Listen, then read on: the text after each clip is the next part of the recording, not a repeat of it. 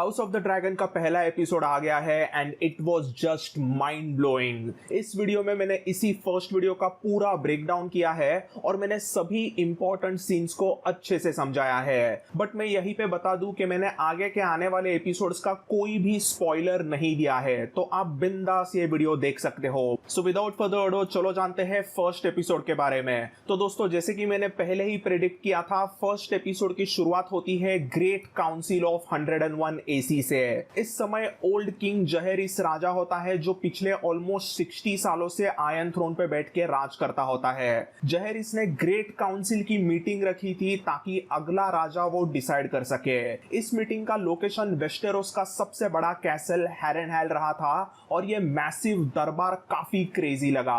यहाँ हम कुछ ऐसे टूटे हुए बड़े बड़े पिलर्स और दीवारें देख ही सकते हैं जो लेजेंडरी बर्निंग ऑफ हैरेनहैल के कारण हुआ है। अब लेजेंडरी बर्निंग ऑफ हैरेनहैल कब और क्यों किया गया था ये जानना है तो आपको मेरे टारगेरियन हिस्ट्री का सेकंड चैप्टर देखना होगा। Link is in description.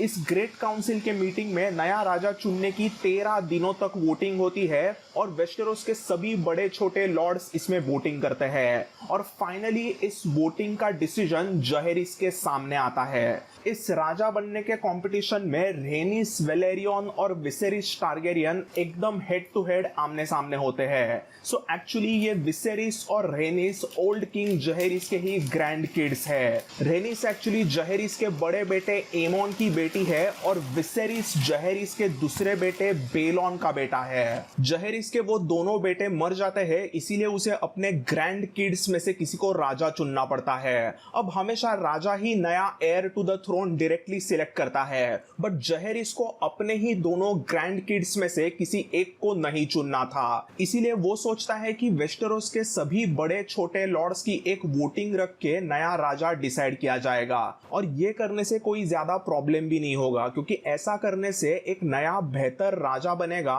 जो सभी के सम्मति से हुआ रहेगा, यानी कि मेजॉरिटी वोट से हुआ रहेगा। इवेंचुअली इस ग्रेट काउंसिल में सब लॉर्ड्स विसेरिस को राजा चुनते हैं और रेनिस को ठुकरा देते हैं। सो रेनिस बस कहने के लिए एक जमाने की क्वीन रह जाती है और उसे एक्चुअली आयरन थ्रोन का तख्त मिलता ही नहीं है, इसीलिए उसे सब क्वीन दैट नेवर वॉज करके बुलाने लगते हैं। इस ग्रेट काउंसिल ऑफ 101 एसी के बाद में हमें एक टाइम जंप देखने मिलती है। किंग विसेरिस के राज को अभी 9 साल हो गए हैं और ये शो डेनेरिस टारगेरियन के जन्म के 172 ईयर्स पहले बसा है। तो वेस्टेरोसी कैलेंडर के अनुसार डैनी का जन्म 282 एसी में हुआ था, मतलब ये पहला एपिसोड बसा है 110 एसी में, एग्जैक्टली 172 ईयर्स बिफोर। यहाँ हम इंट्रोड्यूस होते हैं रेनिरा टारगेरियन से जो विसेरिस की बेटी है और वो अपने शी ड्रैगन सिरैक्स पे बैठ के मस्त उड़ती रहती है। रेनिरा के इस राइड में हमें किंग्स लैंडिंग पूरा अच्छी तरीके से देखने मिलता है और इवेंचुअली रेनिरा मैसिव ड्रैगन पिट के सामने अपने शी ड्रैगन साइरैक्स को उतारती है। यहाँ पर ये दो लोग सिरैक्स को कुछ कमांड्स देने लगते हैं। तो आखिर ये कौन है? तो इन्हें एक्चुअली ड्रैगन कीपर्स कहा जाता है। ड्रैगन पिट के कंस्ट्रक्शन के बाद में उसमें ड्रैगन्स को बराबर से संभालने के लिए 77 जाबाज ड्रैगन कीपर्स को रखा जाता है जो एक्चुअली वलेरियन लैंग्वेज को अच्छी तरीके से बोल सकते हैं क्योंकि ड्रैगन सिर्फ ओल्ड वलेरिया की भाषा ही समझते हैं। यहीं पे हम Lord commander of Kings guard sir Harold वेस्टरलिंग को मिलते हैं जो फनी अंदाज में बोलते हैं कि राइनिरा तुम ड्रैगन रोड से सही सलामत आ गई, यही बहुत हो गया। अब मैं रिलीव्ड महसूस कर रहा हूँ, मतलब अभी मुझे कोई टेंशन नहीं है, तुम अच्छे से आ गई हो। ऐसे ही फिर कुछ और कैरेक्टर डेवलपमेंट वाले छोटे मोटे सीन्स होते हैं। पहले हम रेनिरा के दोस्त एलिसेंट हाईटॉवर से मिलते हैं। उनकी कुछ नॉट सो इंपॉर्टेंट गॉसिप होती है और वो दोनों रेड किप में आते हैं। रेड किप में रेनिरा अपने माँ एम्मा एरिन से मिलती है। उनके छोटे से क्यूट कॉन्वर्सेशन में राइनिरा अपने माँ को बोलती है कि उसे सिरैक्स पे बैठ के कभी तो बैटल में जाना है, बट एम्मा कहती है कि हम औरतों के लिए चाइल्ड बर्थ ही एक बैटलफील्ड है। ये इस एपिसोड का पहला तगड़ा डायलॉग रहा और ये बहुत आगे इंपॉर्टेंट होने वाला है। सो एम्मा चाइल्ड बर्थ को ही बैटलफील्ड कहती है क्योंकि रेनिरा को जन्म देने के बाद में अगले 4 बार एम्मा प्रेग्नेंट होने के बावजूद वो विसेरिस को बेटा नहीं दे पाती पाती, उसकी सभी प्रेगनेंसीज बहुत ही डिफिकल्ट हुई रहती है। देन फाइनली हम आते हैं शो के first ever small council meeting में। यहाँ पे राजा विसेरिस मस्त हंसी मजाक करता होता है, बट मास्टर ऑफ शिप्स यानी कि आयरन थ्रोन के एडमिरल लॉर्ड कॉर्लिस वेलेरियन बहुत सीरियस बैठे हुए होते हैं।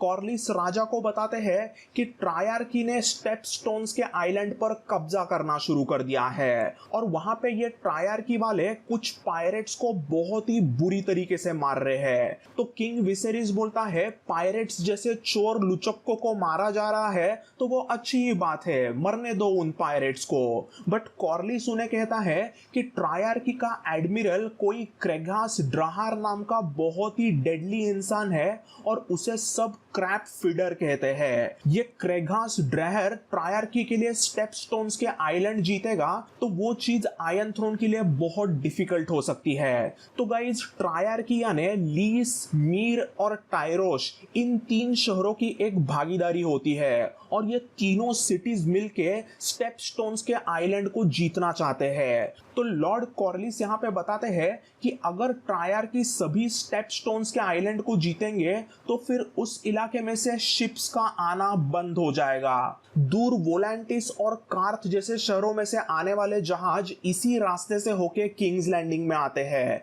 बट अगर यहाँ पे ट्रायर्की वालों ने अपना बोलबाला बिठाया तो वो इस शिपिंग लेन को रोक देंगे और इसके वजह से किंग्स लैंडिंग में आने वाला बिजनेस बंद हो सकता है और ये बहुत ही गलत चीज हो सकती है। तो ये एक्चुअली इंपॉर्टेंट बात होती है। बट यहीं पे hand of the king auto Hightower आते हैं और थोड़ा सा हीरो बनते हैं। वो कॉर्लिस वलेरियन को सीधा मुंह पे बोलते हैं, लॉर्ड कॉर्लिस आपका रिपोर्ट हमने सुन लिया है तो अभी शांत बैठो। इतने में वहां पे रेनीरा आती है जिसे किंग विसेरिस का कप बेरर बनाया है। यहीं पर मास्टर ऑफ कॉइन यानी कि राजा का फाइनेंस मिनिस्टर लाइमन बीसबरी होता है। वो बोलता है कि डेमोन को उसने बहुत सारा ढेर सारा पैसा दिया है ताकि डेमोन उसे सिटी वॉच को डेवलप करने में लगा सके। बट डेमोन यहाँ पे काउंसिल मीटिंग में आता नहीं तो उसे गुस्सा आता है और वो राजा को पूछता है कि डेमोन अपने मीटिंग्स में क्यों नहीं आता है। वैसे ही मीटिंग में ग्रैंड मास्टर मेलोस भी होते हैं और मास्टर ऑफ लॉर्ड्स लाइनोल स्ट्रॉन्ग भी होते हैं। विसेरिस यहाँ पे मीटिंग में सबकी इंपॉर्टेंट बातें सुनता है बट वो कुछ और ही बात करता होता है। उसे किंग्स लैंडिंग में एक एयर्स टूर्नामेंट का आयोजन करना होता है जो कि बहुत ही स्टूपिड प्लान है। आई मीन विसेरिस का एयर अब तक पैदा भी नहीं हुआ है और वो अभी से एयर्स टूर्नामेंट को ऑर्गेनाइज करने का डिसीजन लेता है। विसेरिस को यकीन होता है कि प्रेग्नेंट एमा को बेटा ही होगा जो उसका एयर टू द थ्रोन बनेगा।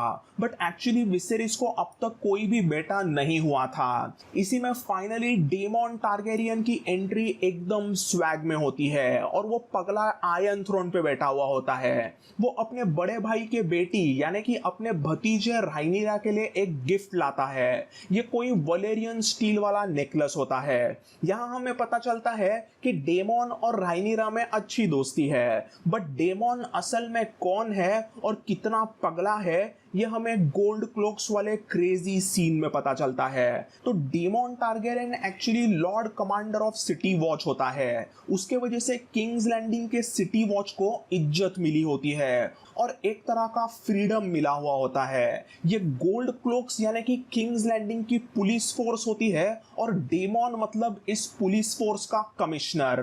डेमोन एक रात को सभी सिटी वॉच वालों को किंग्स लैंडिंग के चोर लफंगों को पकड़ने के लिए कहता है।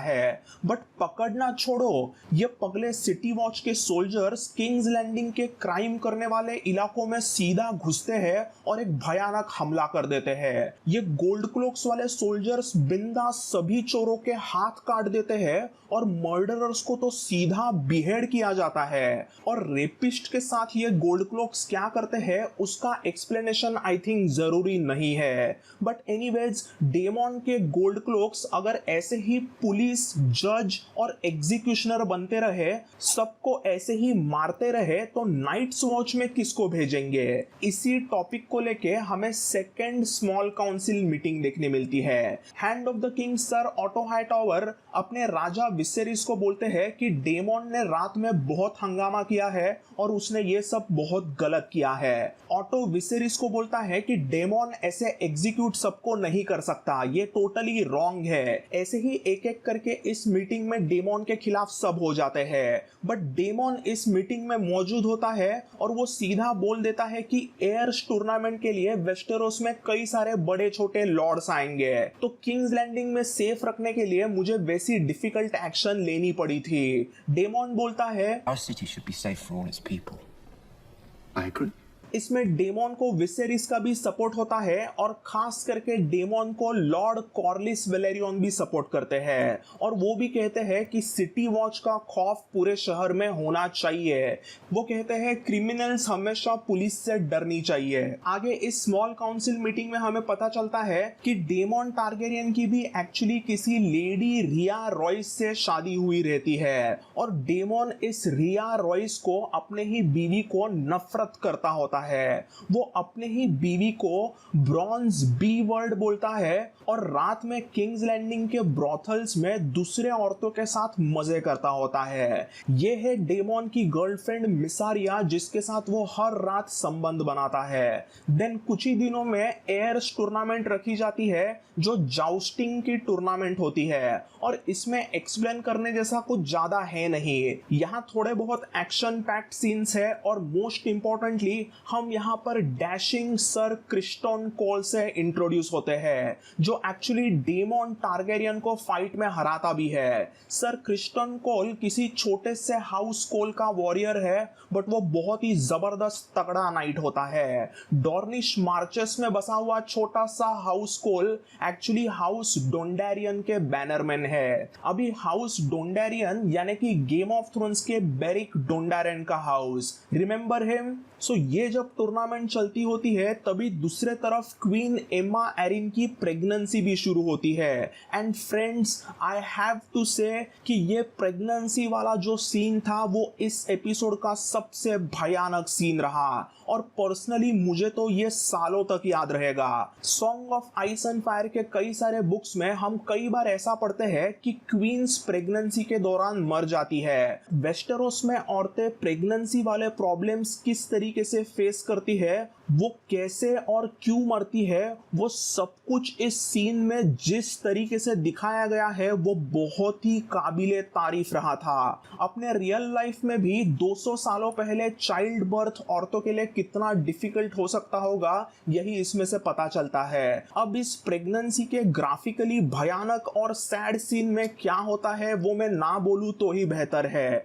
बस इतना ही कहूंगा कि किंग विसेरिस की बीवी क्वीन एम्मा एरिन एक बेटे को जन्म देती है, बट वो बेचारी मर जाती है और कुछ ही टाइम में उनका बेटा भी मरता है। एपिसोड के शुरुआत में क्वीन एम्मा रैनीरा को बोलती है कि हम औरतों के लिए चाइल्ड बर्थ मतलब एक बैटलफील्ड होता है और ये बात यहाँ पे बिल्कुल सही साबित होती है।